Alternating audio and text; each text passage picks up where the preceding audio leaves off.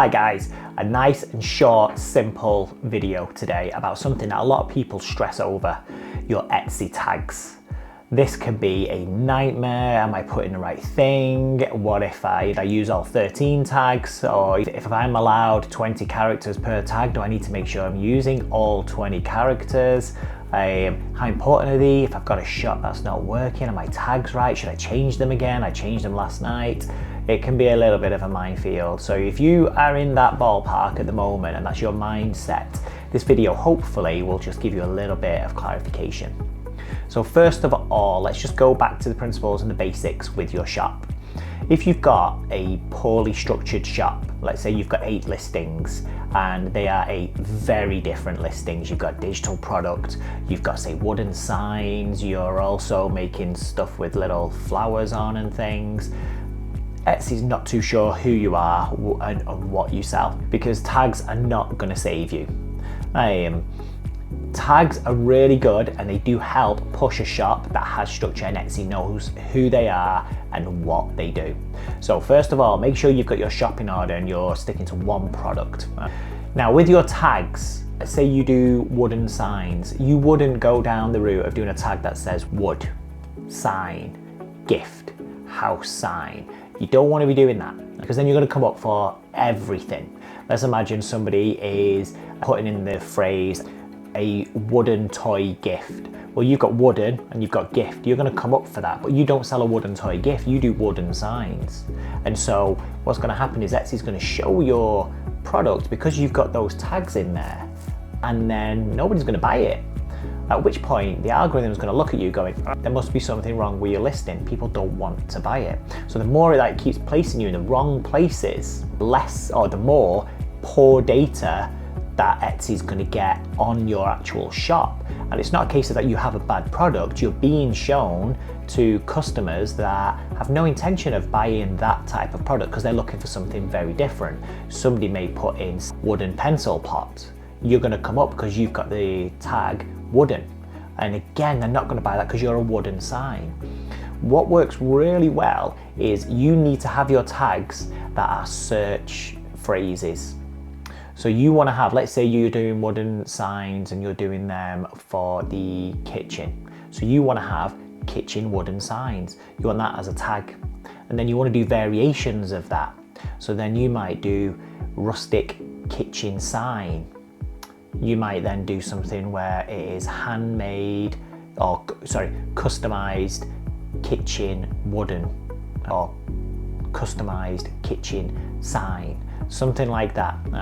Go down the search phrases. Now, if you're thinking about how do I do this, you've got ChatGPT. I can't stress how useful it can be, but you've got to make sure that you're in control. ChatGPT is fantastic. However, it's a language learning model, and so it will give you what it thinks is right, but it isn't always right. It's worth doing a test. So you need to have the idea. So you're going to go to ChatGPT and you're going to go, maybe use the prompt, I'm looking for search phrases that are no more than 20 characters in length for a wooden sign that is handmade, it has a rustic feel, and it's for the kitchen. And then it will come up with a load of them. Now, when it comes up with the 20, tell it to give you another 20. And then what you're looking for are the ones that you think people are actually genuinely going to search. Another good tip is go onto Etsy, start to type in what it is that you're selling. The autofill feature on their search will start to populate with the most popular things that people are typing. So if you go on and type in wooden, you'll start to see stuff coming up. And so you can then go through and have a look and go, oh, I like this one here, it matches me, I'm going to pop that search term in. Now, another good thing that it will do is that Etsy, when it's looking at the tags, let's say you have wooden kitchen sign, and that's your first one. And then your next one, you're going to have kitchen wooden sign. Now you're going to come up for 2 search terms. They're both the same, but you've got wooden kitchen sign and then kitchen wooden sign. So if somebody types in wooden sign, you'll come up for it. And if somebody types in kitchen sign, you'll come up for it. And if somebody types in those 3 words in those different setups, you will come up because you've got that search term. So Steer clear of tags that are just single words and just repetition. Again, you wouldn't want to have name sign or kitchen sign, or you don't want to keep it too specific. Try and get these search terms as long as you can and use the full 20 words. That's pretty much it when it comes to tags. They're not as scary as people think. But just have a look and see what you can play around so that you can get as many little search terms and variations of those search terms in your tags.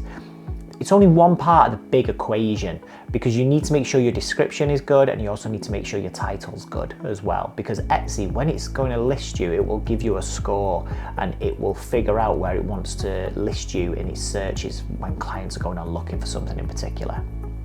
So again, for me, for stickers, I would have something like, say I've got love hearts, I would have pink love heart stickers. I would then have girls bedroom stickers. I would then probably have girls bedroom hearts. And again, I'm just trying to get as many variations of search terms that people are actually going to type in. Now, some people will type in a real big long search in there, way more than 20 characters. That's completely fine. The idea is to figure out what would they type in, and then can you get search terms out of that. I hope that's been useful. It's a very simple thing. It's one of these things that once you get, it clicks, and it's difficult to then try and explain, but it's the search phrases, not keywords, that you're going for. Hope that helps. Dead simple, dead easy. Next one that I'll do will be on titles. So if you will find that useful, then give us a subscribe, give me a comment if you're struggling with your tags and what we can do together. You can get a little message going on between each other, and we can figure out what tags would be best for your titles, for your products. Let me know how everyone's getting on, and I will see you in the next video. Thanks very much. Bye.